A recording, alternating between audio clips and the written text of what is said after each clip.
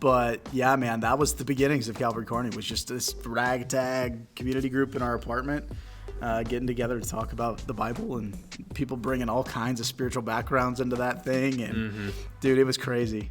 Hello, friends, and welcome to another episode of Audio Stew. This is episode 15 now. My name is Kurt Bailey, and I'm the host of this show. My guest today is Spencer Parish. Spencer is the pastor of Calvary Kearney, which is where I attend church while I'm here at UNK going to school. And today's topic is going to be about church planning in modern America. I think this is a topic that maybe not a lot of people really put much thought into. Sometimes we hear about missionaries going overseas to go plant churches in Asia or Africa. I think people oftentimes fail to recognize that church planting still happens in America today. And so we're going to take a closer look at what Spencer's experience was in planting Calvary Kearney just a few years ago. In addition to that, we're also going to hear about Spencer's personal life a little bit, his experience in seminary, and just a few other random things. We talk about eldership for a while, talk about the state of Calvary Kearney, and just whatever else happened to pop up in the discussion. So yeah, I really hope you enjoy it. I will apologize for the audio. I messed up. I had the microphone set to the wrong recording setting. So for the first, I think roughly 15 minutes, the microphone is only on the front and not the back. So Spencer's side was not turned on initially. Fortunately, I was able to still go through and kind of edit up the audio and boost it when he's talking. My microphone is still able to pick it up from his side. But his voice will sound off for about 15-ish minutes. I'll give you a clear break when it switches. But apologies for that. Apparently, I was too excited that we had a mic stand to hook the microphone up to instead of just sitting on the table that I neglected to change the settings. So that aside, let's get rolling.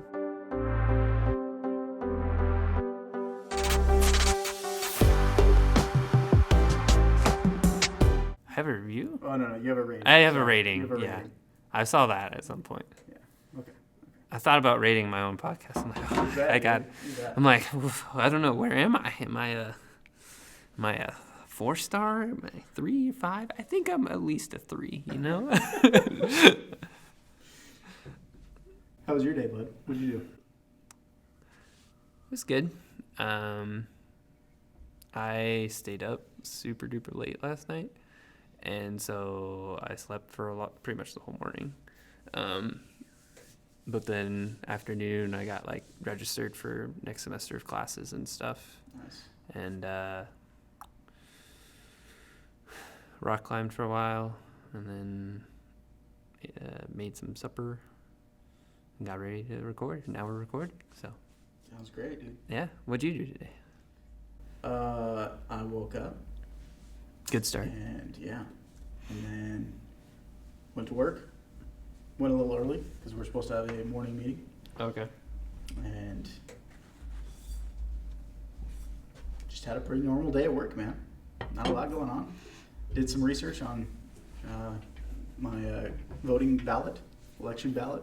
Oh yeah. So did some research online, figured out who I wanted to vote for, and got home from work and went and voted. Nice. Had some dinner with family. Sounds like a good day. It was good, man. We are, in fact, recording during the height of the election counting, whatever you want to call it. I don't know. What's the type of process? Decision 2020. We are having our fates decided as we speak, and so we're recording this to ignore the rest of the world. It's a great distraction. Yeah. It's good stuff. Spencer, why are you here today? Did I even tell you why you're here yet? No, I have no clue what I'm doing here. My buddy Kurt said, "Hey man, I want to interview you on my podcast," and I said, "Okay, sounds good." All right. Well, in that case, this will be fun. It'll be off the cuff. Yeah. I haven't even. Normally, I do like a little intro thingy. I'm like, hey, it's Kurt, Audio Stew. Yeah. Beatboxing or? Yeah, something like that. No, not at all.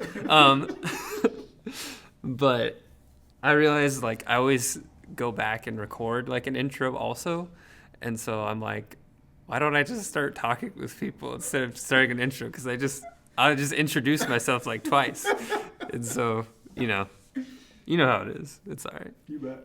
I will say this is also the fanciest setup I've ever had. We're recording at Calvary Church right now, and they got these microphone stands, and I, for once in my life, can actually have the microphone off the table, so you don't hear the like thumping as much. You probably still hear it a little bit, but it just makes me so proud. I feel so fancy. I am. You've made it. You've arrived. Yeah. I borrowed somebody's microphone. I'm here. This is every podcaster's dream. Yep, pretty much. Have a microphone just floating in front of their face. It's fun. I like it. I'm not gonna lie. It's kind of cool. It makes me excited. I don't know if I've told you this or not, Kurt, but I've many moons have dreamed of having my own podcast, and I just don't think I have the content to make it go. What? I think I could make a couple episodes that I would just run out of material because I'm just not creative enough. Well, what kind of themes are you talking about? What would you do? I have no idea. That's the problem. Oh. I've considered making a short, like 5 to 7 minute. Like snippet of theology. Oh yeah, you told me about that once. Okay, yeah. I think. And then also just like practically talking about how theology applies to life, and so just as a way to try and encourage people in our church and whoever else might want to listen. So interesting. Yeah, But there's so many other smart guys doing that you don't need. Hey, to do that, you know what? Sometimes perspective though is all you need. Like, just to see somebody else's like worldview and how they view things, it's helpful. You should do it with Ryan. You have we've talked about it. You two do it together. Scheduling. Both of us are busy. That's very true. There's a podcast I listen to. They haven't posted recently, but or maybe they have, and I just haven't noticed. I've been too busy. Like Trees Walking. I've listened to a few episodes. You've listened to that? That's your recommendation. Oh, nice. What'd you think? Did you like it? It's kind of. I listened to a couple and enjoyed them. Yeah. Okay. There's been a couple where I turned it off and I was like, not interested. But they've got an interesting perspective. You turn it off when they start eating seafood and stuff like that. Did you make it that far? I don't think I heard that one. Like I said, it's been a few episodes. I kind of randomly selected ones that sounded interesting. Yeah. And so. But yeah, I appreciate their perspective some of the time. Okay, good to know. You should check them out though. I mean, find a couple good ones. There's some good stuff. There's a lot of good podcasts out there, man. I like them, but I'm also they have their own like quirk. Yeah. And so it's kind of like if it's not you, then it's kind of meh. One of the things that I picked up on that and correct me if I'm wrong, is that they do seem to have a fondness and an affinity for literature. I don't know if I would. They do have. They're fairly. I don't know if this is a term, but they're fairly cultured. Yeah, I guess well-read. like they know a lot of like they're old. Like there's one of them. One of them used to work for. What is it? It's like the Mystery Science Theater thing. Oh, really? Yeah. Okay. I think it's Michael J. Nelson. Okay. And so that's why he knows a lot about like that makes sense. some random stuff like that. But yeah. Like Trees Walking. Like Trees Walking. It's worth checking out for sure. I appreciated the recommendation. Yeah. I've been listening to mostly a lot of Joe Rogan recently, but he's kind of. I've never listened to Joe Rogan. He's kind of the legend, I would say. My go-to guy in podcasting is Malcolm Gladwell. I've not heard of him. Dude, you need to look up Malcolm Gladwell. Malcolm Gladwell is a big enough deal that he's in a credit card commercial with Kevin Hart. Oh. Yeah, dude. That's serious. Malcolm Gladwell is like a best-selling author, and he's got this podcast called Revisionist History. Okay. And it is fascinating. Huh. The way you talk about perspectives and different people's perspectives. Yeah. Malcolm Gladwell has one of the most unique views on the world and history of anybody you will ever meet, man. Huh. Not that we'll ever meet him, but I never know. but dude, yeah, Revisionist History, you should check it out. It is really, really, it's hands down probably my favorite podcast. Huh. Fascinating stuff. Interesting. Yep. Right now, I would definitely say Joe is probably my favorite. I'll check out Joe if you check out Malcolm. Okay, we'll call it a deal. Okay, sounds good. He's like, he's fair. He's not crass, but he's like he's kind of like a manly, like macho personality. I know who he is. Yeah. I've seen. Actually, you know what? I have listened to one of his podcasts. Yeah. At the very beginning of the pandemic. Oh, okay. He interviewed an epidemiologist. Was it? I think it was like Rhonda Patrick or something. No, it was a dude. It was a dude. Guy. Okay. But, I know he interviews so many people. But I know I have listened to one of his before, because a fellow pastor was like, "Okay, dude, you need to listen to this in preparation for what's about to hit." Okay, I got you. So that was like a week before we had to cancel church services and schools closed and like all that, and so I felt like I was on the cutting edge because I was ready for it. Because I listened to Joe Rogan. So. Props, Joe. I'm listening to one right now. It's with Tristan Harris is his name. I've heard that name. He and a bunch of other people are in. There's a Netflix film, The Social Dilemma. I watched that. Yeah, I just watched it today actually. Yeah. And so yeah, it's a super good one. I would totally listen to that one. Yeah.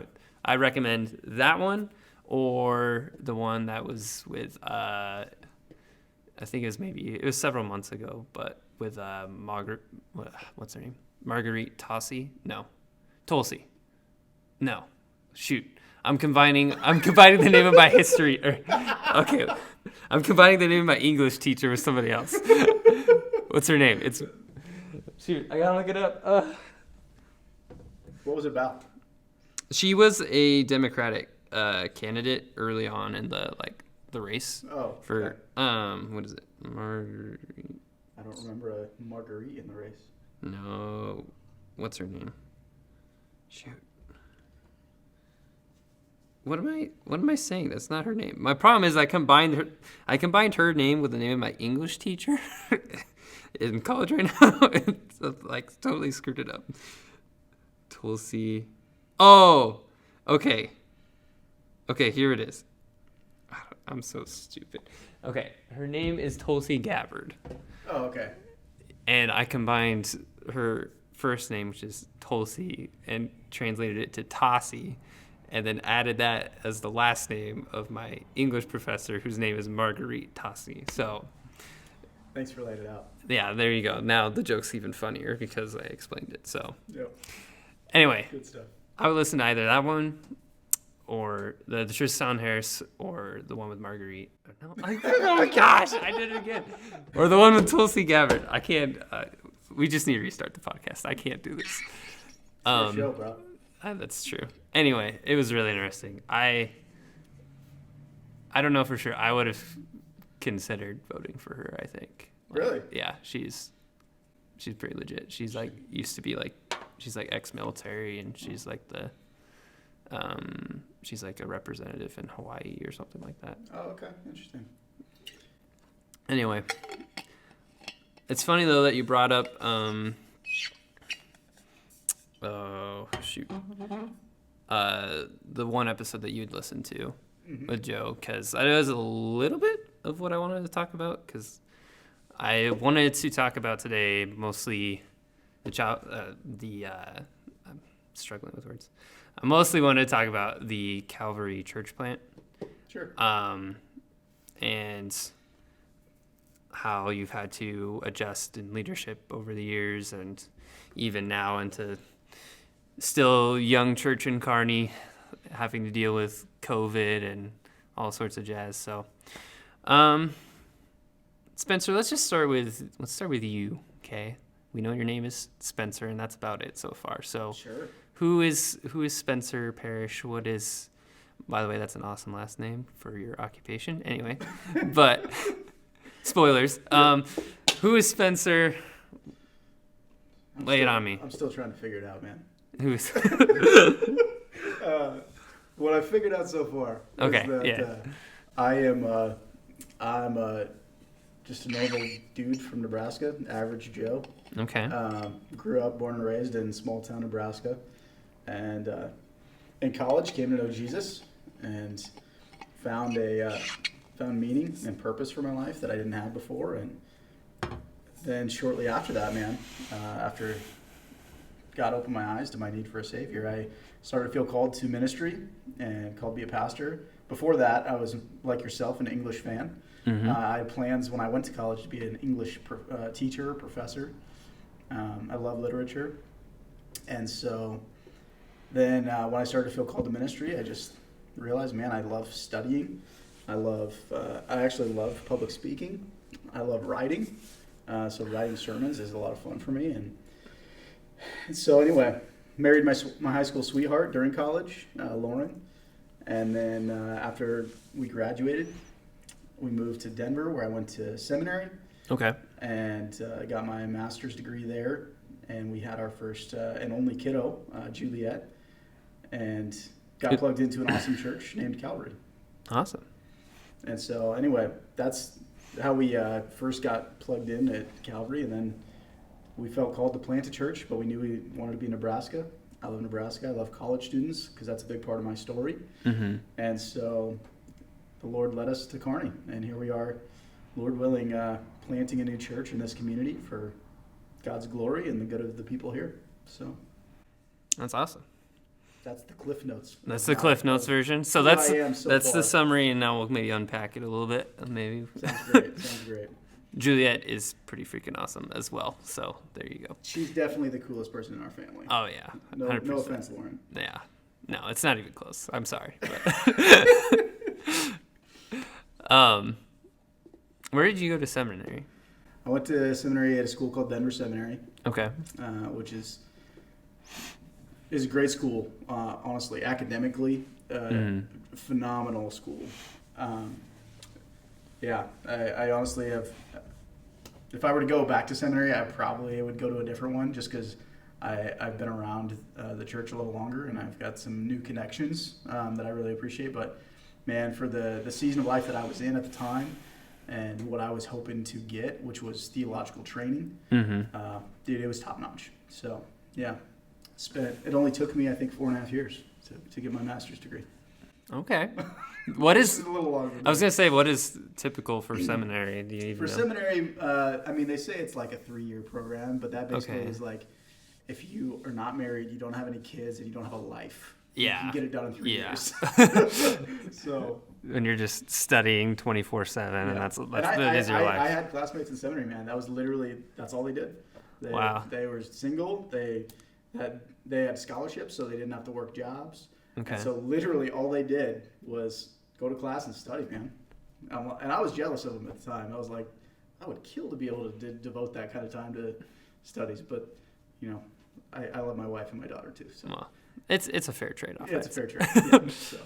How hard is seminary? Part of it depends on where you go. Okay. Right? So some schools are going to be a little more rigorous academically than others. Denver Seminary was a tough school for sure. And I would say most accredited seminaries where you're going to get a master's of divinity degree, which is what I've got. It's work. It's a lot of work. Okay. I was blessed, honestly, that I went to a high school that really did a great job preparing me for college. And so my high school education was really pretty good as well. And then in college, I had some professors that were they're just very good professors that really forced me to learn not how to just study, but how to learn.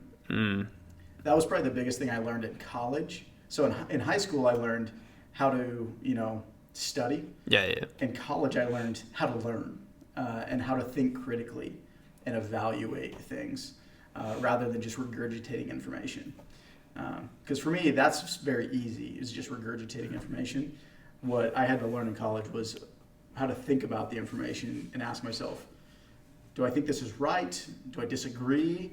Yeah. Is it being presented fairly? Is it biased?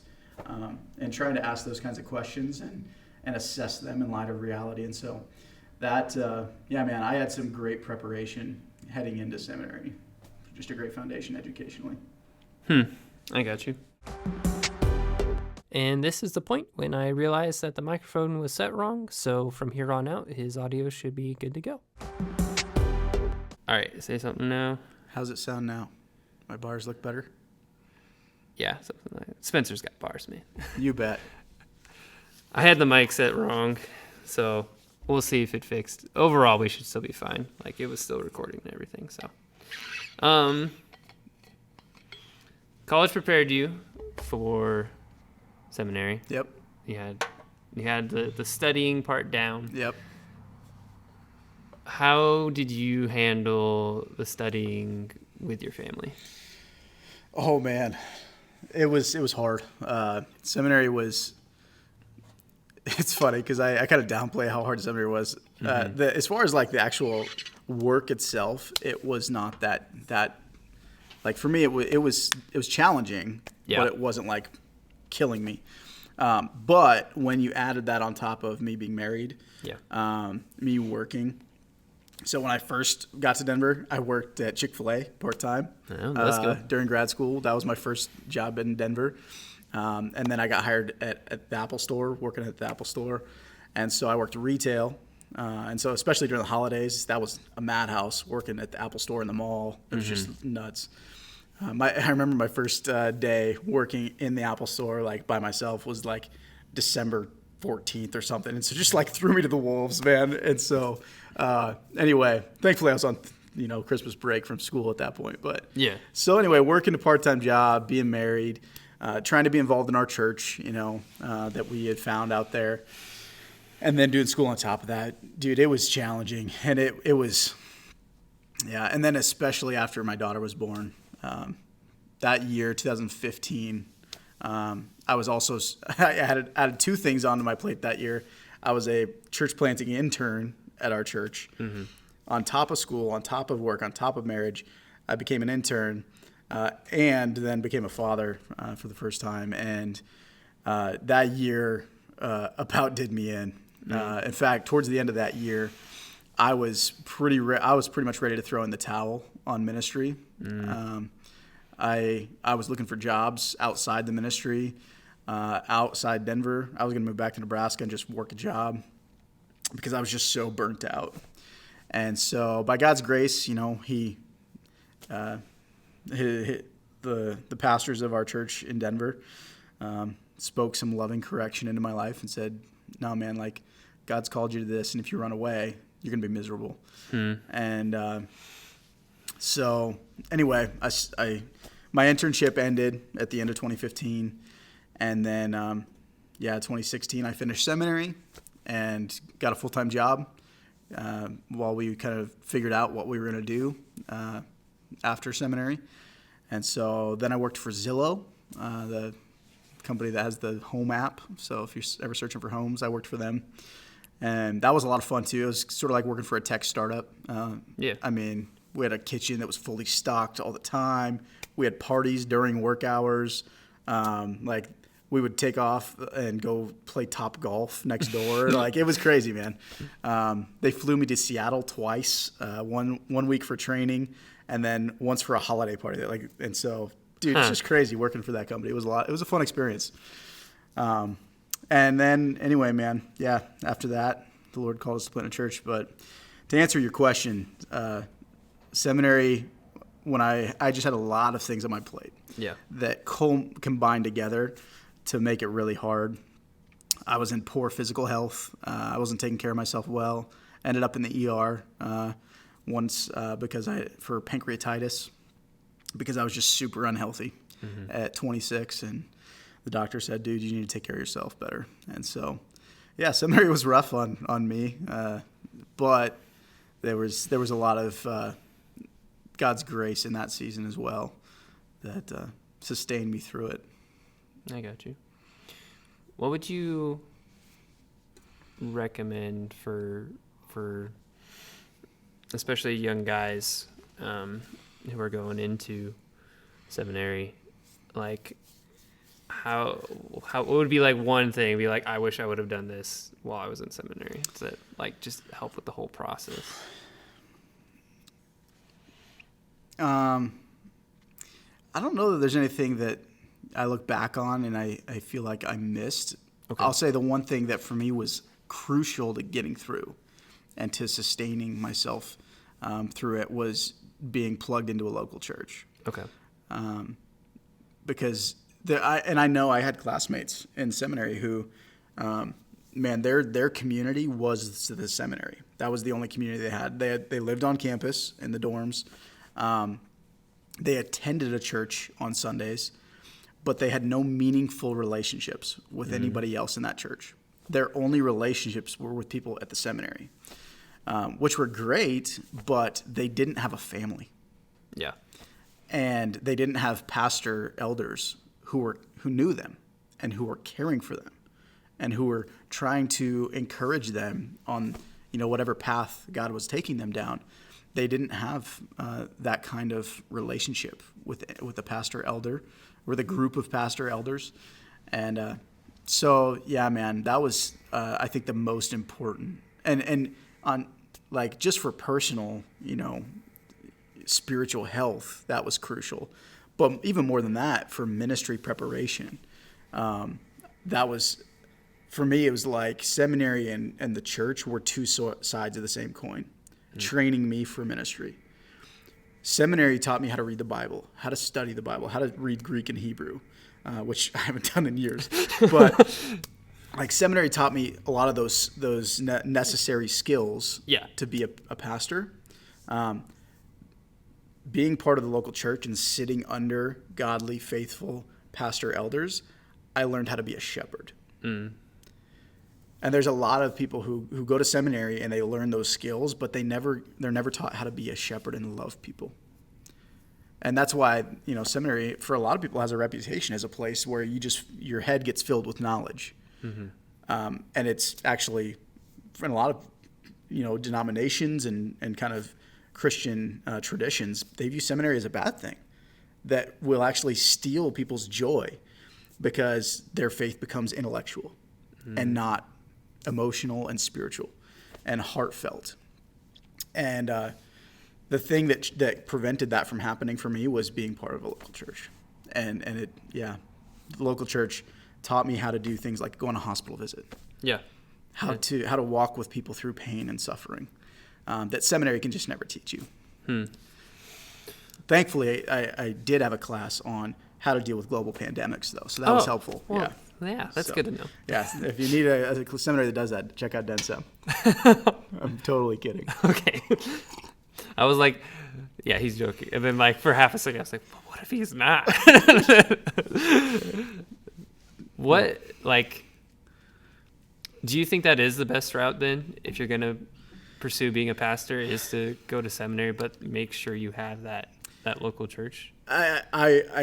I'll say it depends. Okay. I think every pastor needs some kind of theological training. Yes. Okay. I don't think that necessarily means you have to go get an MDiv. Okay. In fact, the Calvary family of churches, which we're a part of, has taken it upon themselves to try and kind of plow a different path. Besides, because there's really been two options in the past for seminary. Either you move from where you are to a city where there's a seminary and you attend the same way you would for like a university, or you go online. Yeah. Both have benefits, both have drawbacks as well. Online education is really convenient, but it's nowhere near as robust. No. You don't learn nearly as well. I found that out this year. Yeah, dude. Like, I feel bad for everybody going to school during COVID and having to do remote learning because I'll stop myself from saying, everybody or nobody, but very few people learn effectively through online learning. Yeah, I would agree. Because all you're doing is you're learning how to study and regurgitate facts, that kind of thing. You're not actually learning.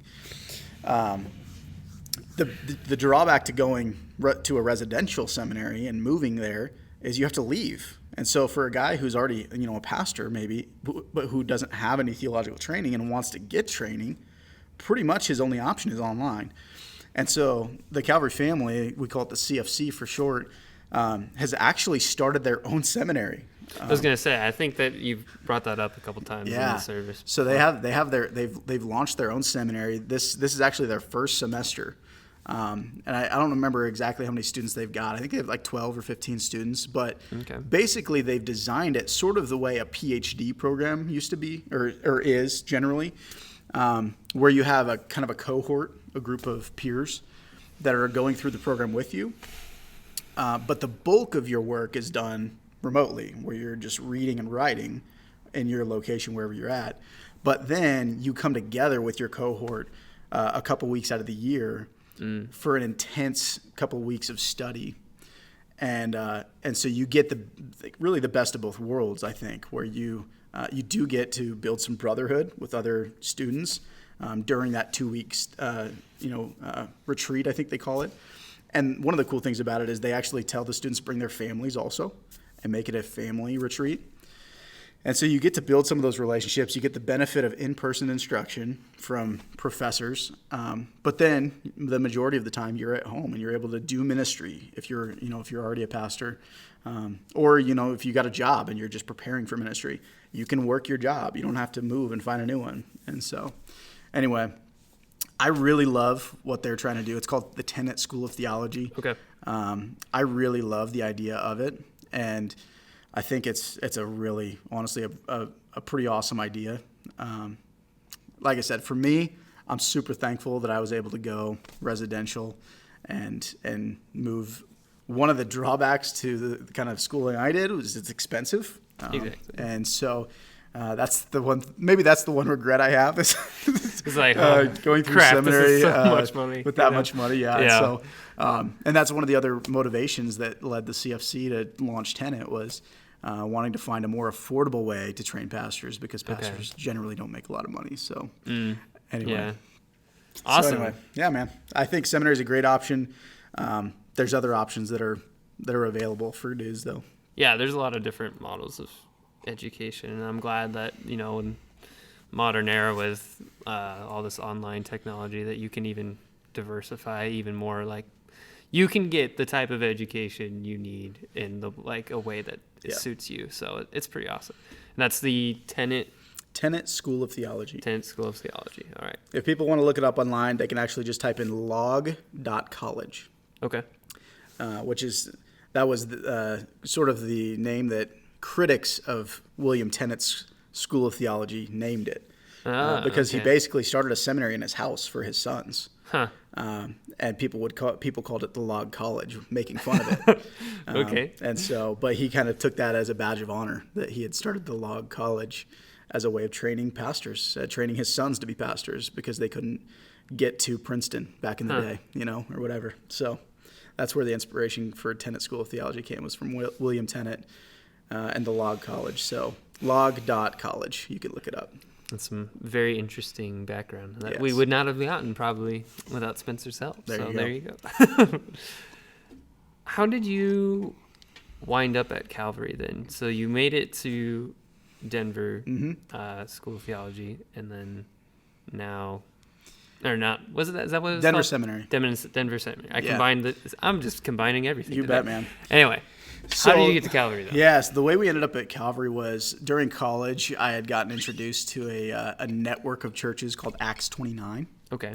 And it was a network of churches that I just really resonated with.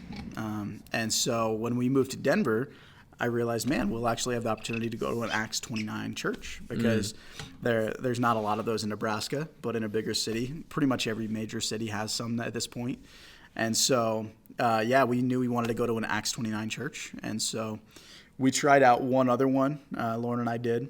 And it was a good church, but we just realized, I realized I can't go to church here because I don't own skinny jeans. And so I'm just not going to fit in. And so if you know me, I'm short and stocky, and I just can't pull off skinny jeans. Literally will not fit in. Yeah, I literally won't fit. So So that literally though, that was one of my thoughts. Was like, yeah, all these dudes in here are hipsters, and I just am not. And so I know they love the Lord, but I don't think we're gonna connect well. And so then we ended up at Calvary, which was an Acts 29 church, and man, we went in there, and the building was a little bit ghetto, and I say that affectionately. We loved that about Calvary, is that it wasn't perfect and polished.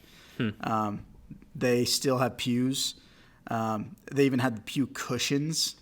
And some of them had stains on it, but they were just like, they just owned it, man. And they were just like, this is like, why? You can still sit on it. It's fine. We cleaned it. We cleaned it as best we could. It's just a stain. We're not going to waste money buying new chairs or new pews or whatever, because there's people that need to know Jesus, and we want to invest our resources into the things that matter, into people.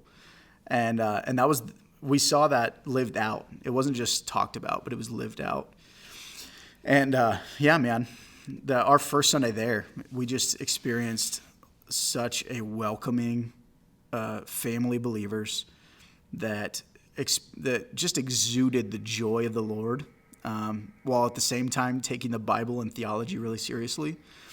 That we knew pretty much our first week there, like, this is probably going to be our church family. And so we got plugged in there, maybe a month or two after we moved to Denver, which was really important for us because we were going through some personal, hardship. Lauren's dad passed away shortly after we moved to Denver. And so we were dealing with, the heartache of losing her dad. And so having a church family really made a big difference as we grieved that. And then shortly after, or the next semester, I guess, that first semester we attended church, but we weren't really able to plug in much because of our work schedules. And so that spring semester, we joined a community group, though. We just said this has got to be a priority. And that little group of people, man, became our family for the next 4 years. Wow. And we laughed together a lot. We cried together. Dude, that community group really, it sounds overstated, but it really did change our life. Being a part of that community group and experiencing that kind of biblical community of bearing one another's burdens and rejoicing with one another when we rejoice, and all those things, all the one another's the Bible commands us to do. We got to experience that and live that out with a group of people, and it really did change the way we view everything. And this is the same style of community group we have here in Kearney? It is, yep. So community group is just a midweek group. It's sort of like a Sunday school model. We just take it out a Sunday morning and instead insert it in the middle of the week. Part of that is we just think it's helpful to connect with our church family more than once a week. And so if you're doing both groups on a Sunday morning, then you don't see each other all week. Yeah, exactly. It's harder to build that meaningful relationship. And so one of the advantages of community group is you see people twice a week. So you're able to connect and, ask like, oh, how was the last couple of days? And what's the rest of your week look like? And so you just have a more consistent connection with other people. And so we just get together and we eat for an hour, eat good food usually. We're not right now because of COVID. Unfortunately.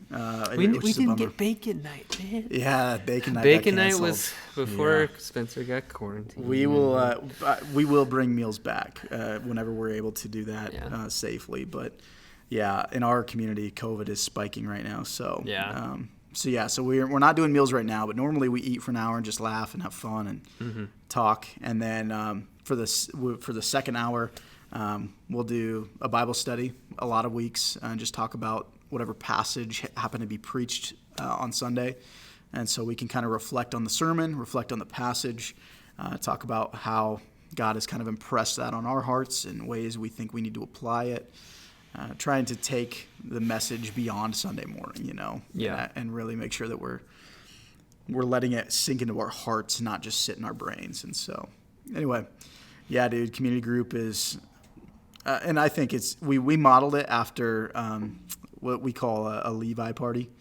If you read the account when Jesus calls Levi, whose name is also Matthew, to come follow him, the first thing Levi or Matthew does is throw a party for all of his tax collector buddies and invites Jesus. And that's sort of the model of for a community group is, man, let's just get together This is an excuse for us to invite people who don't know Jesus to come meet him, experience his love and grace through his people. And Lord willing, we'll get to talk with them about Jesus. And so, and even if, nobody shows up who doesn't know Jesus, it's a great time for us to encourage one another. So I will definitely say community group has been helpful. Yeah. Over the past, what didn't I joined one right at the end, but that was kind of like before COVID stuff. So yeah. since like we've come back, Yeah. I've been in it for a few months now, and it is very helpful to have not just like a committed group, but honestly like a smaller group. Yeah. Because when you're at church, and I mean Calvary Kearney is a relatively small church. Yes. But to be able to have, to go from, anywhere from 30 to 60 people, and then to shrink that down to now like anywhere like 6 to 12, somewhere in there. And now I can actually engage with people easier and have those one-on-one type things. And kind of alleviate some of that, like, oh, it's a really big group, I don't want to say anything, Totally. Yeah. Yep. And that's definitely one of the other advantages of the community group is the size. It just allows us to connect on a deeper level with people than we're able to on Sunday. So let's go back to Denver. Okay. Are you driving or am I? Nah, Hugh. I ain't driving. Sorry, that was a lame dad joke. That's okay. We support dad jokes. We need more dad jokes. I've got. You know Sophie. Yeah.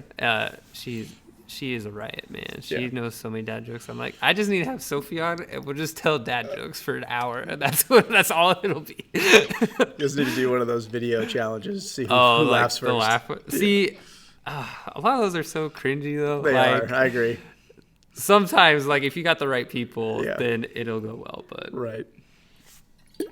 One of the worst experiences I had was I was on student council in high school, and we had to plan a pep rally, and a lot of our pep rallies were pretty top notch. We hit some stuff out of the park. We tried doing a dad joke challenge with like a bunch of the teachers and like some students who we thought would like laugh a lot, like they were easy targets and stuff. It was miserable because it was literally just. They would stand up, they would face each other, look each other in the eye, read off a joke, and then they'd be like, they just like give them the nod, and then they'd go back of the line. And meanwhile, the whole audience is just like dead quiet because it's like, it's not that funny. Waiting for something to laugh at. Yeah. And maybe there's one guy who's like, that was pretty funny. Yeah. But like, and I was just like, it was one of those deals where you like know a segment is going wrong in the show, and you're just like, just speed it up. We just gotta get commercial. Gotta get to commercial. Cut to commercial. We get next segment. Hurry. It was bad. So back to Denver. Back to Denver though. You're driving. Calvary Englewood. That's the original. That's the one we went to when we were there. Yep. Okay. We've already talked some about this, and even what I'm going to ask you now, but like, what's the story of Calvary Englewood? Yeah, it's a great question. It's a great story. So when we showed up to Calvary Englewood, it was in 2012, fall of 2012 was when we moved to Denver. And we showed up to a church that I think they had 2 services at the time on Sunday morning. Okay. A couple hundred people, maybe 300 people between the 2 services. And it was clearly a healthy church, growing. Well, we found out later that that was not the case just a short while before we showed up. So in 2009, just 3 years earlier, the church was ready to close. Like they knew, I think they knew on Thanksgiving we're going to run out of money and have to close the doors to our church. And but it was down to like 30 people, 30 older folks who had been there a long time and just didn't want to see their church close. But the neighborhood around the church had changed. When it was planted back in, I think, the 50s, it was a suburban church. And over that 40, 50 years, the the suburbs just keep moving further and further out from Denver. Yeah. And then the neighborhood where they were in Inglewood became part of what we call the donut of Denver. So you've got downtown Denver, which is really cool and hip, and everybody wants to live there. And then you have the suburbs on the outskirts.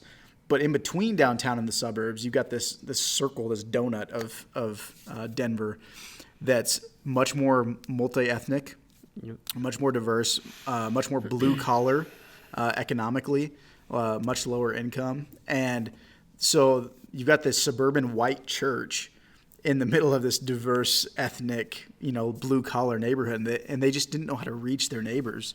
Not because they didn't want to, they just didn't know how. And so the church just began to die. And so in 2009, they're ready to close their doors, but they just said, we just believe the Lord's calling us to continue somehow, some way. And they hired this guy named Mark to come and be a part-time pastor. He left a very successful youth ministry that he was pastoring just a few miles down the road at a mega church.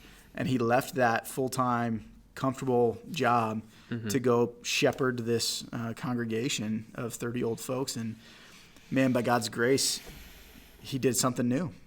He brought that church back to life so that when we showed up in 2012, they were up to 2 services and reaching a lot of people, seeing a lot of people baptized, coming to know Jesus. And so then about a year later in 2013, we got to watch as they planted another church in Littleton, just a few miles down the road from them.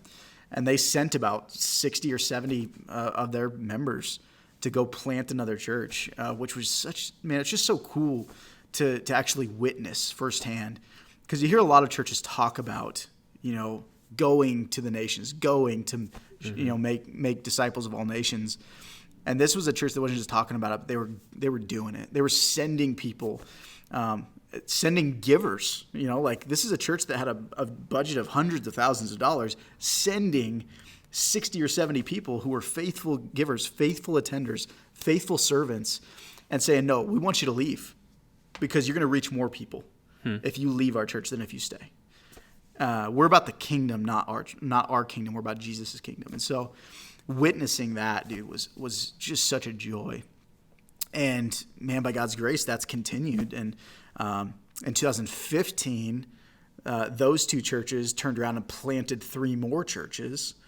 One was a Hispanic congregation within Calvary Inglewood, which is still meeting there today. And then one was in Lakewood, which is the west suburbs of Denver. One was in Denver proper. And man, it's just continued to snowball. And now we've formed this thing called the Calvary family of churches, which is just a network of churches that all share the same vision, the same mission, the same DNA. And so, and a lot of those churches are churches that just a few years ago were in a similar position to Inglewood in 2009 that were struggling and dying, who have said, man, we want to be a part of the Calvary family and see God do here what he did in Inglewood. And so we call those revitalizations or replants. Okay. Gotcha. And so the Calvary family at this point in fall of 2020, I think is up to like 27 churches, something like that, of which Calvary Kearney here in Nebraska is one little part. Yeah. And so, but we're a part of something much bigger, which is really cool to think about. It's very incredible how God has worked in the Calvary family, and now that's that was before your time, but that's part of your story of how you're even here now is because that church, by God's grace, survived, and now it went on to plant other stuff. And I think the replanting is really interesting too. I know Ryan has talked a lot about doing that, and I don't know, I don't get into simply because I'm not super knowledgeable about it. I don't know a lot about church politics. I don't know if that's even the word, but the fact that Calvary isn't just showing up in communities that already have a bunch of churches and being here, let's steal your parishioners and try and build something here, where it's more of there's a need for biblical teaching in this area. Yeah. Let's go give them that. If there's no church, let's make one. If there's already something we can work with, let's help them, Yeah. I think that's really cool. Yeah, it is. And I mean, the reality is that's something that you have to fight against, that I have to fight against as a church planter, is because that's honestly the kind of the tension, or the natural drift, is to say, how can we get as many people in our church as we can? Yeah. And I have to constantly fight against that temptation to think in that way, and remember, like, that's not the goal. The goal is not, let's get as many people in our church as we can. The goal is, how do we reach people who don't know Jesus, and show and tell them the gospel of Jesus. So that's how we talk about it at Calvary, is we want to show them the gospel by the way we live and love them and care for them and pray for them and serve them. And in doing those things, we're showing them the good news that God loves you, and he sent his son to die for sinners like you and me. And then we also need to tell them the good news, right? Because the gospel is a message. It's good news. And so, and this is something that I'm so thankful, honestly. The pastor that Calvary Inglewood hired in 2009, his name's Mark Halleck, and man, he's been such a fundamental part of shaping how I view myself as a pastor, as a shepherd. And he's just such a humble, joyful, godly dude. But one of the things that I've just heard him say things so many times that they stick finally. Yeah. But one of the things he says over and over, and he didn't come up with it, but it's just true, and he knows that, and so he passes that wisdom along. But vision leaks. That's one of the things that we believe is true at Calvary, is vision leaks. That we forget what we're about. Just as human beings, that's our tendency. And we have to be reminded time in and time out of what we exist for and what we're about. And we have to remind ourselves. And so, anyway, that's one of the things that I'm just so thankful for at Calvary, is they really do. Man, we're trying our best to be about Jesus' kingdom and not ours. And so, however that looks, we want to walk in step with the Spirit and where He's already at work. And so, yeah, we're not trying to be the coolest, hippest church in town. And what? That's pretty clear, I think, the moment you step in. We are just not, and we know that. And honestly, we're okay with that. We're not trying to really be cool. We're trying to be faithful, and we're trying to love people. We're trying to be faithful to the Lord and love people. Those are that's our focus, not how do we put on an awesome show that everybody's going to want to come see. Mm-hmm. So, vision leaks. I wonder how helpful it is to have a family of churches then, because you have some sort of accountability system within that. Dude, it's super helpful. I have a buddy who's planning a church, and he planted his church about around the same time as me, and he's not a part of a family of churches. Mm-hmm. And there's been many times where I kind of watch what he posts on Facebook, or he'll post videos sharing updates about their church and those kinds of things, and it just makes me so thankful for the Calvary family, because dude, I always have somebody that I can call if I've got a situation in our church that I need a second set of ears on. Yep. To just say, like, dude, I don't know how to handle this. Like, here's what's going on. What do we do? I always have somebody that I can call. Like, literally at any moment of the day, I always have somebody that I can call who I know bleeds what I bleed. Yeah. Who shares my heart, which we hope is Jesus' heart, the heart of a shepherd. I know there's dudes I can call, and they're not going to tell me, well, like, dude, you just need a better show on Sunday morning. Yeah. They're going to remind me of what I've probably forgotten. Yeah, exactly. And they're going to point me back to Jesus first and foremost, and remind me, like, dude, this isn't your church anyways, so chill out. Yep. Jesus is the one sitting on the throne. This is his bride. You need to trust him. And with that in mind, now let's talk about how you can hopefully be faithful in shepherding the flock that he's entrusted to you in this situation. And so, Yeah, man, having a family of churches really is unbelievable, and it amplifies the impact we're able to have as a church. It's harder, I think, for us here in Kearney to see sometimes because we're more disconnected from the Calvary family. Further away location-wise. We were the first church planted outside of Colorado. Okay.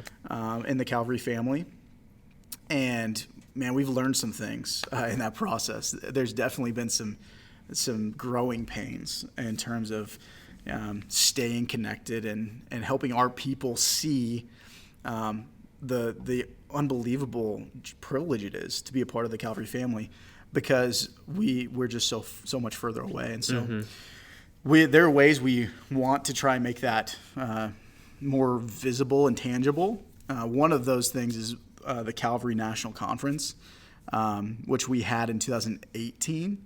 Okay. About 2 years ago, actually. It was in November, November 2018. So about 2 years ago, we had a conference where all the Calvary family churches brought whoever from their congregation wanted to come to Denver, and we spent the weekend just having a conference together. It was just sweet, dude.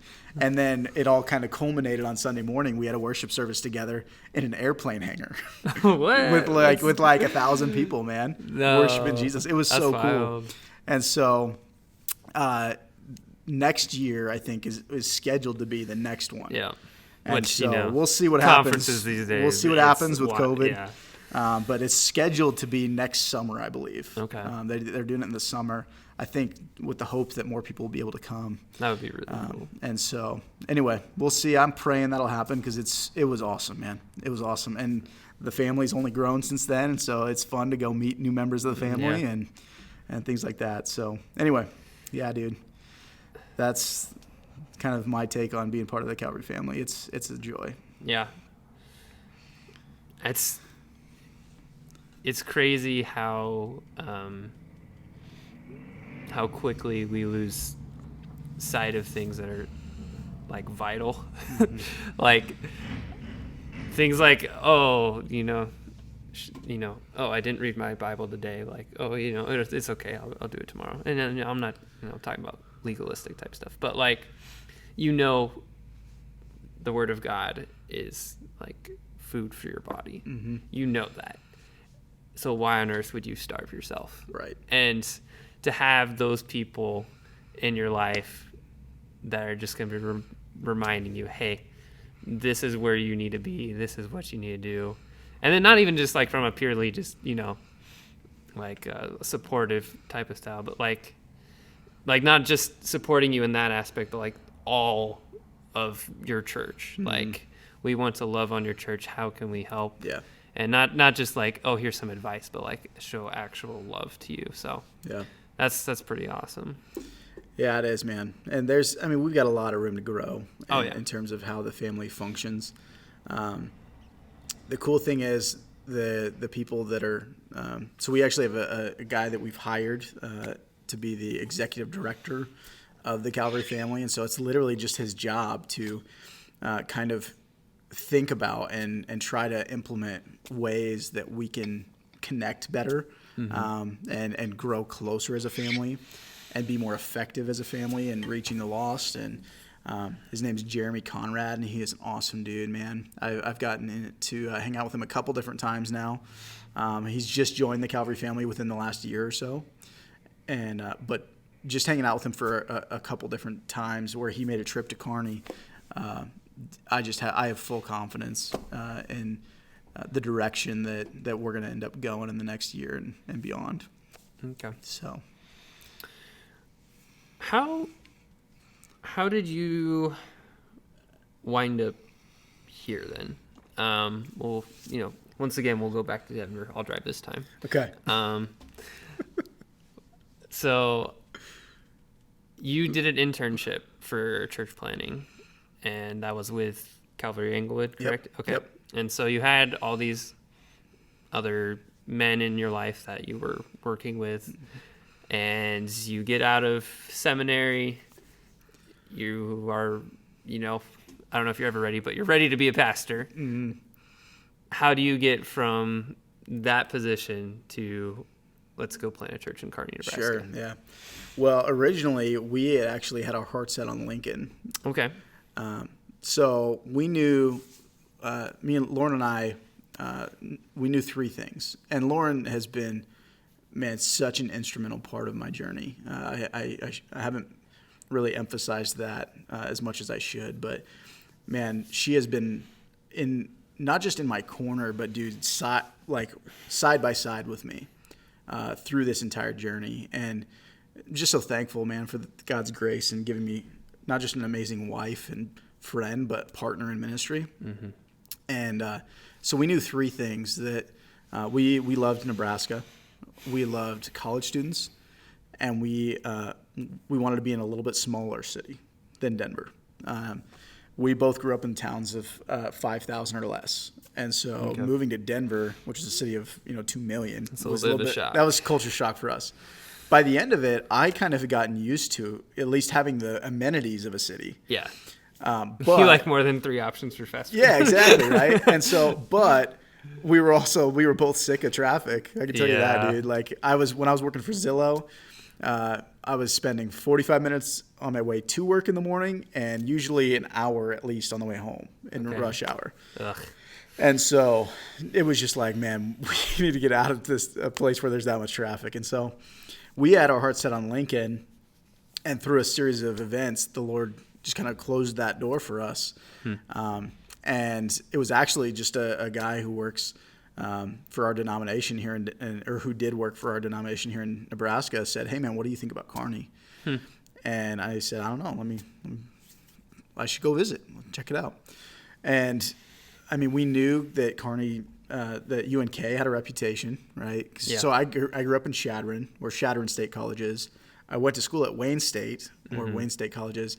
And so I had spent a lot of time in two cities where there were a lot of people who hated Kearney. And so what I grew up hearing was, you can't spell drunk without UNK. I was going to say that. You bet, man. And I've not personally had much experience with this, but that's what I've heard. Yeah. And so we knew that UNK had a reputation as kind of a party school. Yeah. Spiritually, a little bit of a darker environment. Just not exactly a Christian beacon of light and hope and joy, right? And so we knew that. And then as we came and visited, we just saw a need for another church, especially on the south side of town. Okay. So this is another part of Calvary's DNA, I would say, is a heart for the forgotten. Okay. And so thinking back to Calvary Inglewood, being in this sort of lower income, blue collar, ethnically diverse neighborhood, what we've seen over the last 8 years that I've been around, and those guys have been doing it longer, is that it's not exactly the neighborhood where church plants want to go. Is to the Inglewoods of the world. Yeah. They want to go to the downtown areas or the suburbs because that's where people have money and it's a lot easier. Yep. But as we look at Scripture, man, we just look at Jesus and we're like, dude, he hung out in the Inglewoods of the world. That's where Jesus hung out. And as you look at Kearney, that's really, I would say that's the southern half of Kearney is like the Inglewood of the world, or the Inglewood of Kearney. It's a little bit lower income, generally speaking. The schools are not quite as amazing. And there's a little more, there's a little more social problems like drugs and violence and things like that. And we just said, you know what, like that's where we want to be, because that's where Jesus would go. And so when we planted Calvary Kearney, we knew we want our church to gather on the southern half of town. And even where we are right now is really not quite as far south as I would like to be. Okay. Part of the reason we meet where we do is it was just kind of a good middle ground between southern Kearney and the university. And it was in an area that's easy to find. Yeah. Which was important for us as we were starting up, and we just didn't have a lot of people, and we just knew like people need to be able to find us easy, or they're not going to show up. Mm-hmm. And so, man, that's part of how we ended up in Kearney. Was we just saw a need for another church on the south side of town. We saw a need for a church that was not just going to provide like activities for college students, but help students learn how to be a part of a church family during college.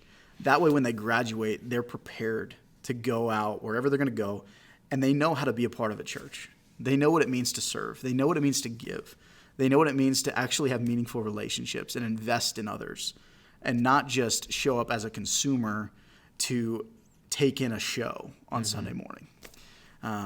And so that was our hope, man, was just to be able to help disciple students and, Lord willing, train some to go into ministry, man. That's always been our hope, is we want to be a church that plants other churches, man. That's part of the Calvary DNA. It's, I think, part of the biblical mission of a church should be to turn around and multiply other churches. And so that's part of my personal hope and passion, is to see a lot of other churches in Nebraska that kind of catch this vision and mission, whether we plant those churches or, we help revitalize a dying church, but to see, churches on fire for Jesus, because I've seen a lot of struggling and declining churches in my time in Nebraska, and it breaks my heart, man. And so we want to see that turned around. Yeah. That's interesting. I didn't actually know the part about like wanting to plant on the south side of town. That does make a lot of sense, because I will say, like, Kearney is not a big town, like, as far as I don't even know what the word geographically, like, it's not like a massive town to navigate. Right. Yeah. And it does have several churches. Yeah. Several big churches, several very large churches. Yeah. And when I was first coming to Kearney for college, I did attend several different churches. Yeah. And I don't want to speak ill of my brothers in Christ and stuff, Absolutely. But there's definitely, I saw a difference in how Calvary functioned than a lot of the other churches in town. And to be fair, like, I didn't go to every single church in town. Sure. I didn't print off like a Excel spreadsheet and be like, okay, Mark here we go. Yeah. We tried this one, and this was bad, this was good. Sure. Maybe that sounds kind of fun. Maybe I'll try that out. It's not a bad idea. A year, go experiment, see what everybody's like. Post a Google review for each one. Yeah. Have you ever seen the video where the guy, I think it's John Christ, makes fun of people who leave bad reviews on churches? Oh, yeah, I think I've seen that. Yeah. That was a while who ago. leaves a bad Google review on a church? Like, are you a Christian or not? Yeah. Why are you posting a bad review? Yeah, exactly. But there is something different about Calvary. And it's not, it's hard to say, because I would say, like, there are many churches in town who do have a heart for the Lord. And we're just straight up not a good fit for me. It's too big. I'm a new kid coming into town. I don't have the benefit of my hometown where I've grown up so long, where I'd have to invest in a big church is going to take a lot of time. And so I'm like, am I ready to do that? Or do I need help right now in this time of my life? Other churches, I would say, unfortunately, I think are missing the mark of what it means to follow Christ, and have a little too much of, we need people to attend, we need people to feel good, rather than we need to convict people and bring them to Christ. Well, and I mean, this goes back to what we talked about. Vision leaks, man. Yeah. And so, I mean, a lot of that is, I want to give a lot of grace and say, like, churches that are in that boat, dude, they may not even realize they're in that boat. Yeah, which is it's very easy to drift off course, right? Just like the old saying, if you're 1 degree off course, 10 years down the road, you're nowhere near the destination that you wanted to be closer to. And so, man, like you said, here's the truth, bros. I don't envy guys who are pastoring large churches in any way, because I can't even imagine the responsibility and and dealing with something like a mortgage on a giant building, dude. I can't imagine the pressure to pay those bills and things like that. And so I get Yeah. where those guys are coming from, and it makes me thankful that we don't have that. But like you said, there's definitely something different about Calvary. And I experienced that too. Like when we went to Denver, I went to a much larger church one Sunday just to check it out. Lauren wasn't feeling well, so I went by myself before we had really officially said, okay, Calvary's our home. Mm-hmm. I went and checked out another one, and dude, it was so big that I didn't know where to begin to build any kind of relationships. Yeah. And one of the other dangers with a big church is it's easy to attend and be anonymous, to just be a face in the crowd. And you never actually have to build relationships if you don't want to. Like you could attend a large church for 10 years and nobody there would know your name.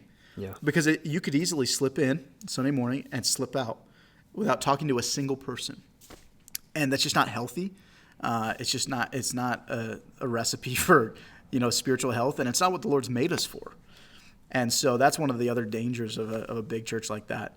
And so anyway, but dude, I'm thankful for big churches. 'Cause, some of the churches in the Calvary family are bigger. Like Calvary Inglewood has grown even more. Yeah. And now they see, before COVID hit, I think they see 800 people on a weekend. Wow. Like it's, and so I know they're dealing with some of these challenges of, thankfully they don't have to worry about a building because I think their building's paid off. But it's not big enough. Oh no! And so they're trying to navigate how do we deal with space issues and how do we faithfully shepherd 800 people the way we feel called to. We take it very seriously, the call on a pastor to shepherd the people within our church. And so, man, shepherding 800 people, like one dude can't do it. No. 10 dudes barely can do it. No. Maybe not. Yeah. And so I know there's so many challenges that big churches face that I don't have to think about, which makes my job a lot easier. Not that we don't have challenges. Yeah, we still got stuff.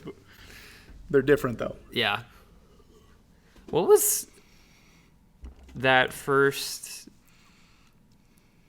2 or 3 months of being at Calvary? You get that initial push, right? I feel like you're new in town. Yeah. And then from there into actually, how can we sustain something? Like, what was that like? Well, so we moved here in February 2017.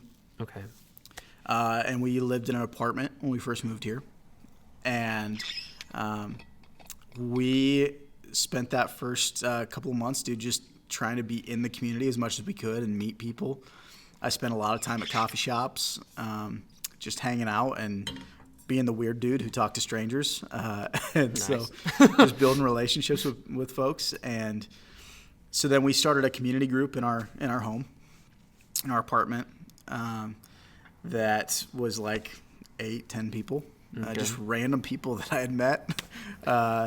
And so like half of them weren't even Christians, which was awesome. And, but yeah, man, that was the beginnings of Calvary Kearney. Was just this ragtag community group in our apartment, getting together to talk about the Bible, and people bringing all kinds of spiritual backgrounds into that thing. And dude, it was crazy. And then that fall though, we just began to realize, like when we were talking with people about coming to a community group in a home, a lot of people were weirded out by that.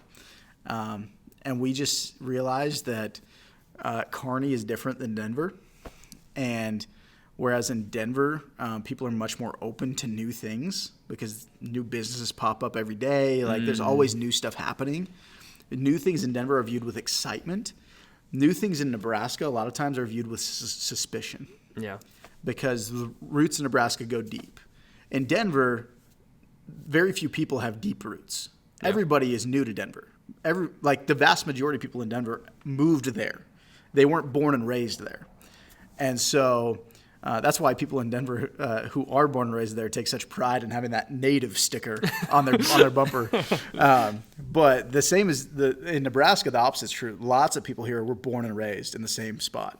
And so when they see something new come into town, they're suspicious of it, especially something that with any ties to religion, because they just like, well, that's a cult, And so what we began to realize, like, we need to have a presence in the community a physical place. Because when you tell people we're starting a new church, first thing they ask, where do you meet? Where's your building? And so we just realized like we need to have some kind of a place that we can tell people, here's where we meet. You should come worship with us on Sundays.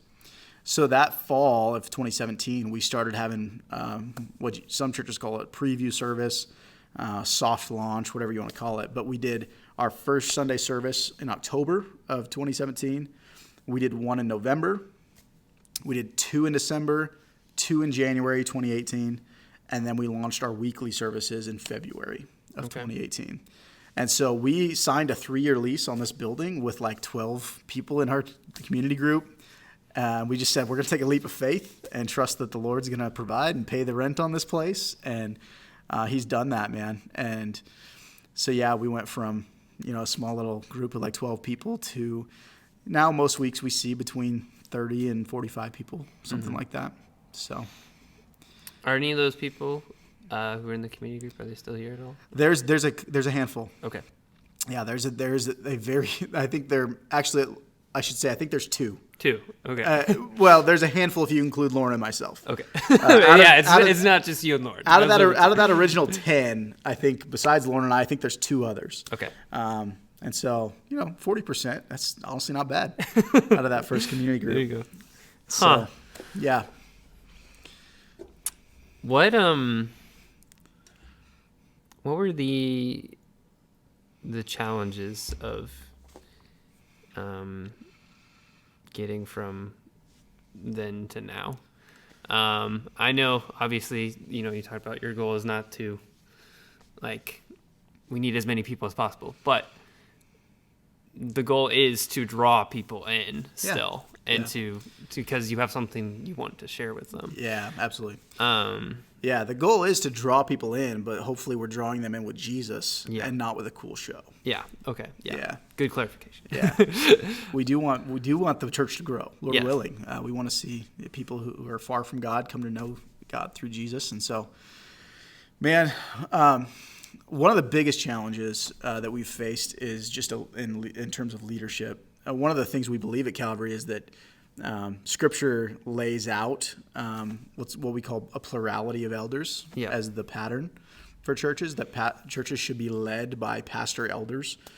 And it pretty much always talks about it in the plural. Yep. And so we believe that churches are best served when they are served by at least 2, preferably more, men who are biblically qualified and called to be shepherds of the flock. To the office of elder or pastor. And we don't have that, at least not locally.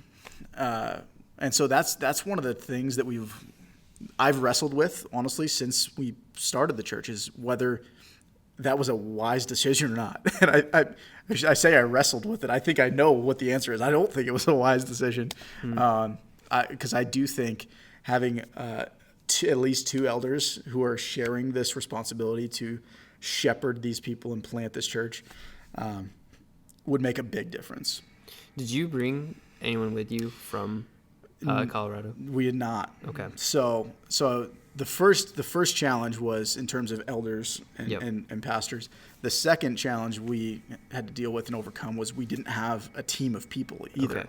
Okay. Yeah. Which again, we believe that churches are best planted when you have a team of people being sent out from one church to plant a new church. A team of believers who know what they're doing, that know what their vision is, I should say. Yeah. Not that they have all the answers. Not that they have all the answers. Who knows what can happen. But they know what they want to accomplish. Yeah. And they're united in this purpose, right? We didn't have that either. And so really it was just Laura and I and Juliet. Juliet has been an awesome part of our story too. She's one of the best evangelists I know. But better than I am. But anyway, so we really were the analogy that I've heard before, and I think it applies to us, is we were basically building the airplane in midair. We were already took off, and we didn't have wings on yet. And so we had a pilot and no co-pilot, And so that was how it felt a lot of times, dude. It was like, I don't know what we're doing. We're moving. We're going somewhere, but I don't know how. I don't know what's propelling us. But those are two of the biggest challenges. And the Lord has faithfully brought together a group of people who I think are united in our our calling to reach the lost and to be a family of believers. One of the things we're still praying is God would bring along more elders to help shepherd the flock here in Kearney. And so those are probably the two biggest challenges that we've dealt with, and one that we're still trying to pray the Lord will provide for. I was going to say, what do you have any plan or idea of how you think that might come about? That's a great question, man. So, I mean, really, we're just praying God would either bring along somebody in the Calvary family who just feels called to be a part of a church plant like ours, or that he would raise somebody up here in Kearney locally. And so this may be a really long-term thing where, it's somebody shows up at Calvary Kearney and, they're with us for 2 years and then they become an elder. Because we do want to also make sure that they are, like I said, biblically qualified and called. And so we do have like a candidacy that we require men to go through before they're ordained as elders. And so becoming an elder at Calvary is a bit of a process. And so, because we take it really seriously, the men that we put, in the position of overseeing the flock. And so we don't necessarily have, a plan right now. No, we're just praying God would bring along whoever it is he wants to be there. I would love to see, like Ryan is a dude who feels called to eldership, but I don't think he feels called in Kearney. Here. He wants to go. He would be a great guy, but but as long as he's here, we're going to do our best to train him and give him opportunities to develop as a leader, so that we can then send him out someday to be a pastor and, Lord willing, replant a church. I know from talking with him a few weeks ago, he's very deeply appreciated what he's been doing here in Kearney. And, dude, that guy's awesome. He's a blessing. Yeah. I'm thankful for him. I should look into I know I'm not personally qualified to be like an elder yet. I don't think, based on what I've read, I don't think that would be in a good position for that. But I should look into like what all Calvary has like specifically for their stuff, because I just kicked my foot on the for the viewers at home, I kicked my foot on the stage. Anyway, my dad was an elder at my home church in Central City for I don't even know how many years, at least 10 years. But it's a very, I feel, okay, here's the thing. I want you to have someone else here, because, like, and this is something I've been thinking about too. How old are you, Spencer? Are you allowed to say this? I don't think you're allowed to ask. No, I'm kidding. I'm 31. 31. Almost 32. When you started, or when you were part of the church planning process, what, you're 28? Question mark? When we moved here, I was 28. 28, okay. When I was an intern at Calvary Inglewood, I was 26. Mm-hmm. So, yeah. Yeah. That was, when I started seminary, I was 23? Question mark. That's a while ago. 20, yeah, dude, it's a long time ago. 23 or 24 when I started seminary, and then I didn't start, doing ministry. I was doing ministry during seminary at Calvary Inglewood. Even before I was an intern, I was helping to lead a community group. Oh yeah, things like that. Yeah, things like that. But yeah, when I started the internship, it was super informal. They basically were like, "Hey, you should come kick the tires on church planting. See if you want to do it."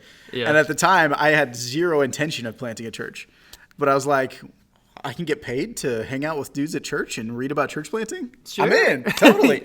And so that was why I did the internship. And so I was an intern at age 26 or whatever. So yeah, and here's the truth: is I think I'm actually the youngest pastor in the Calvary family. Yeah. I believe I am. I know I was the youngest when I planted. I was the youngest of any of the churches in the Calvary family. I think it's still true. Actually, we might have a worship pastor at one of our churches who's younger. But I'm definitely the youngest lead pastor. Yeah. And I would even say that I was probably not ready to plant a church at age 28. But I don't let that deter you from pursuing eldership if that's something you feel called to. No, well, okay. See, I don't honestly know. We'll see what God does over the next several years of my life, because I don't know. I've been struggling with this a little bit, because I'm like, okay, I can be here at Calvary, I can plug in for 4 years, and then or 50, yeah. But I'm in, man. That's where I'm at right now. Is like, okay, I know I'll be in Kearney for at least X amount of years on my current trajectory in life.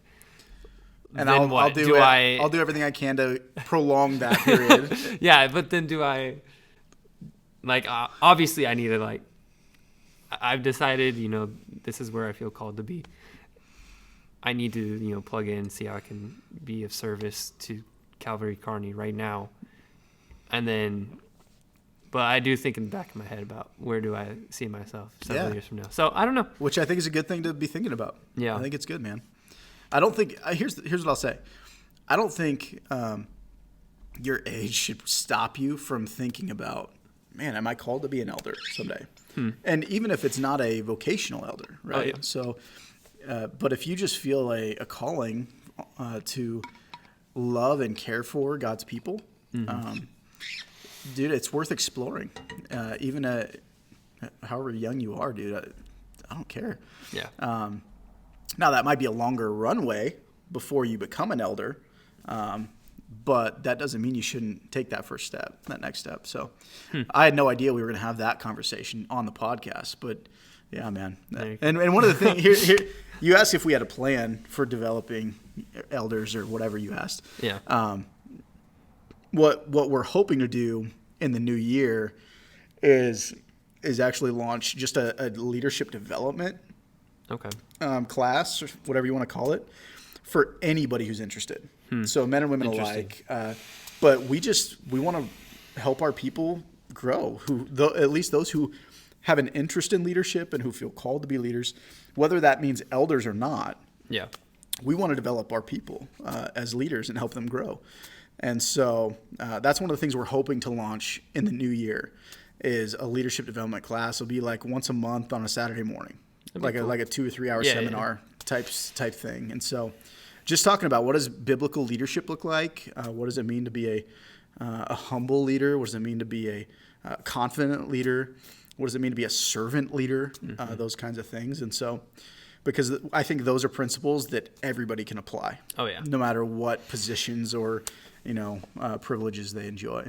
So I think learning humility and how to be a servant is pretty much will get you through a lot of things in life. I agree, man. If you asked me what's the one single most important quality that a guy in your position needs to learn and grow in, and not just guys in your position, but especially guys in your position. And I say this because I was you 10 years ago. Is humility, man, and it's something God has really impressed on me over the years, to the point that guys who know me well will tell you they get sick of hearing me talk about it, because it's so near and dear to my heart. I think it's so important that I never stop talking about humility, because I've been thinking about this and how humility relates especially to leadership, and I've kind of come to view it as the soil in which all other virtues grow. That you cannot grow in any other virtue, whether that's love or charity or generosity or all of those things start with humility. And so, and maybe I'm wrong. Maybe somebody can prove me wrong on that. But as I've thought about the topic, I just see it as that fundamental, that it is the single most important virtue for Christian character in my opinion. When you think about the Son of God becoming a man, like in human flesh, that's the most humbling thing that you can do. Amen. And if he had not done that to begin with, all the life of Christ, like his acts of service and all of that, his whole ministry, like the fact that we can be saved today relies on God becoming a man. Dude, so when I was in college, I went on we called it a summer project with Campus Crusade, where I basically spent the summer with 30 other dudes, college dudes, and we got jobs. We lived in Alaska, in Juneau. What? Yeah, spent the summer living in Juneau. I want to live in Alaska. Dude, it was awesome. And so we went camping, we went fishing, we did all that awesome stuff, but we also were intentionally trying to grow as men of God. Okay. And one of the things we did that summer, which it didn't register with me at the time, how formative it was and how perfect it was. But the leaders of this retreat or project or whatever, they had us memorize Philippians 2 verses 5 to 11. Actually, I think we actually did 1 through 11. Philippians 2 1 through 11. My friend John really likes that verse. I can't quite do 1 through 11 anymore, I don't think, but I think I can still do 5 through 11. But dude, that is for me one of the most foundational passages in Scripture for what does it mean to be a Christian. It means to have this mind among yourselves, which is yours in Christ Jesus, who humbled himself, taking the form of a servant, being found in the likeness of sinful man, and humbled himself not just to becoming a man, which was, that alone is incredible humility, but then beyond that, humbling himself and being obedient to the point of death, even death on a cross. Dude, like, that is the gospel message which empowers Christian living, and it's also the example of Christian living that we're to follow, is humbling ourselves in that way. I've been thinking about it a lot over the past, really ever since, it's been a little bit of a process. I had a pretty rough summer. I know a lot of people did, but it was just, I was not living well for Christ. And one of the big things that kind of sent me back to where I needed to be was being a counselor at RFK. And that experience was really what kind of set me back for, a whole week. It was, I'm going to pour my life out to, or you're like paired with another counselor. So there's two guys, and then like each guy had two, but like, so four kids all together. And then you had your two kids that you spent mostly with them. Anyway, but for a whole week to be like, you are my priority. I'm going to pour my life out for you. And coming back from that, it just, I saw a lot of things differently. And that's kind of it. I think I wrote this down the other day, and I don't know how well I fulfill this, but like my goal in life is to be a servant. But not just to like to be a servant, but to like pour my life out so much, like that when I die, like that was it. Like I literally just gave it all out and then collapsed into the arms of God. Yeah. And that sounds really like awesome. It sounds like really flowering, like, oh, that's so cool. I wish I could do that, And yet I look at my life and I'm like, well, that was pretty selfish, And so it is a process, and it's a process of growth. But I think having the mindset is really where it starts. Yeah, totally. Dude, and let me just encourage you, man, I think that's what all of us should be aiming for. Yeah. Is to humble ourselves and be servants the way Jesus was. Because it's easy to, like, our natural desire is, well, I want to lead, right? At least for a lot of us. Like, that's what we want. We want to lead. It's a very different thing to say, I want to lead, I want to be a pastor, than to say, I want to be a servant. Those are two very different statements. One is about me. I want to be in a position. I want to have a title. I want to have influence. The other is about others. The focus is on them. I want to care for them. I want to give my life for them. And so, man, I just want to encourage you and tell you how awesome it is to hear you sharing your heart and let you know, man, that's evidence of God's grace in you, that God's at work, and it's an encouragement to me. And so continue to press into that, bud. I know you will. And here's the irony. Here's the irony. Is the dude who says, I want a title, I want influence, will have none. The dude who says, I just want to give my life for the sake of others, it earns a lot of influence. I was going to say that. Something along those lines is Yeah. It's the servants who wind up, Yeah. maybe not everyone knows, but are in a lot of ways actually leading people. Exactly right, man. Yep. Huh. Life is crazy. I feel like Jesus said something about that, right? Like, the greatest among you will be your servant of all. Something like that. He kind of talked about it. First all should be the last, time. last should be first. Yeah. Yeah. It's wild. What time do you need to get rolling, do you think? Probably soon. Okay. Yeah. Probably need to go put my kid to bed. That would be a good idea. Yeah. You know what we'll do? This is what I always, not always, this is what I do after a lot of like volleyball games for like intramurals and stuff, is I'll say, all right, guys, what's one good thing we did and one bad thing we did? One thing we did well and one area we can improve on. What's that for Calvary Kearney? What is something at Calvary Kearney that you see and is just like, wow, God is working here. This is amazing. And then what's another thing that you see? It's like, we could work at this. Sure. Well, I think we have 4 core commitments at Calvary. So this is just the way my mind thinks. Okay. So our core commitments are, we want to be people who worship God passionately, who connect with one another authentically, who grow to know God deeply, and then go show and tell the gospel boldly. And so I naturally tend to think of our church in those 4 areas. Those are the 4 kind of areas of where I try to measure our health as a church.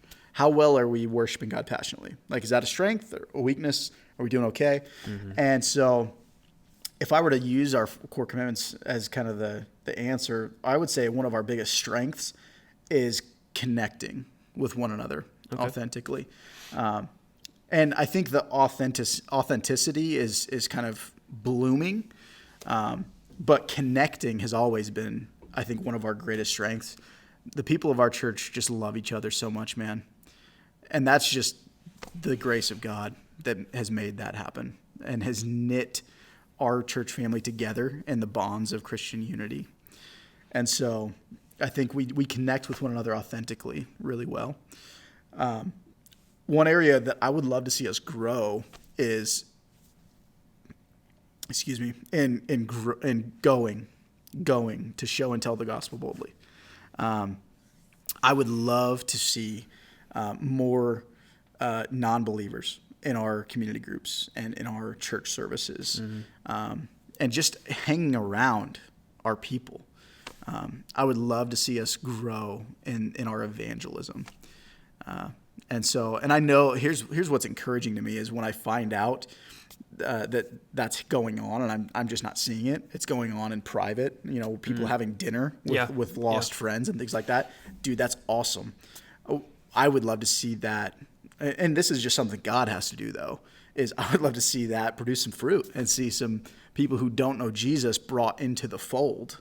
To see Jesus go after that one lost sheep and bring it into the fold with the other 99, so to speak, and see some people who were like 2 weeks ago were getting wasted with their friends, and now like Sunday morning they're here worshiping, dude. Like every week, like to see that kind of a life change, and one of the joys of being a pastor is I do get to see those things. I just would love to see more. Yep. And so, anyway. Well, there you go. You go. That's Spencer's pep talk on where we go forward from here. There you go. How can we share the love of God? That's my state of the church address. Okay, there you go. See, yours sounds way better than whatever I was trying to make. I didn't make that up. I stole that from somebody else. Just for the record. All right, fair enough. So anyway, Spencer, I tell you what, man, I'm a little bit nervous to pull out my phone and check out what the polls are showing, but ooh. Yep, that's what we're gonna go do probably after this. So that's. I feel like I have to just find out what's going on in our country. That's probably a good idea. Pray for the country. Pray for them. Doesn't matter what happens. We need a lot of help. We all do. Anyway, thanks for having me, Thanks so bud. much for doing this, man. Like, we've been trying to get together, but now to actually do it. It's been like 6 months we've been trying. Yep. I went and looked back at our messages, and really? we were like in July we were talking about. Yeah, let's do it. Dude, we should record a podcast. Oh, okay, yeah. Well, and see, I wrote like an outline for this forever ago, and then recently I've kind of gone away from using outlines really. It was just a little bit maybe. Okay. But so like I'm like, wow, I had like a million questions. So I'm just like, we could just roll with it. Like how long are your podcasts? Are they usually 2 hours? The average I would say is probably I would need to go back and look. I'd say it's probably like 2 hours and 15 minutes is probably the average. Average episode length? Yeah. Wow. I've gotten 2 under an hour. Jeez. Yeah. But that's crazy, man. I like it. It's fun. It's a lot of fun. This is a great excuse just to go down and have some awesome conversation with people. Totally, dude. So, And just hang out. Yeah, it's great. Anyway, thank you. Hey, thanks for having me, bud. We'll catch you some other time. That's going to do it for today's conversation. I don't really have anything extra to add. It was just a really good conversation with Spencer. I appreciated him coming along and doing it for me. Like he said, I mean, we've been trying to get together and record for several months, and so it was really nice to finally bring that idea to fruition. So at some point, I'm sure I'll either have him on again or we'll record something else. I know he really enjoyed recording it, so I would love to have him on again, and I guess we'll see what'll happen though. The next episode is going to be a group discussion with some of the members of IJM UNK. IJM, that stands for International Justice Mission, and they're an organization that deals with bringing awareness to human trafficking. And so I'm really excited to hear from them. I know a little bit about the organization and some of the projects that they do on campus, but I'm really looking forward to hearing more from them. So plan on that episode being up next Wednesday, if not in the following Wednesdays. So yeah, that's going to do it for today. Thank you so much for listening. If you enjoy this, please give it a rating or a review. That kind of helps me out and lets me know what sort of direction you think the show should go in, and what you do and don't like about it. Or if you're watching on YouTube, you can give it a like and subscribe and all that jazz. Honestly, though, above all those things, share it with your friends. If you think these discussions are valuable and you'd rather have more people getting value from it, then that's the best way to help the show grow and reach a broader audience, is if you just share it with your friends. So that's my plugging aside, and that's going to do it for today. Have a wonderful day, all y'all. Keep it real. Whatever other final sayings people say. Godspeed.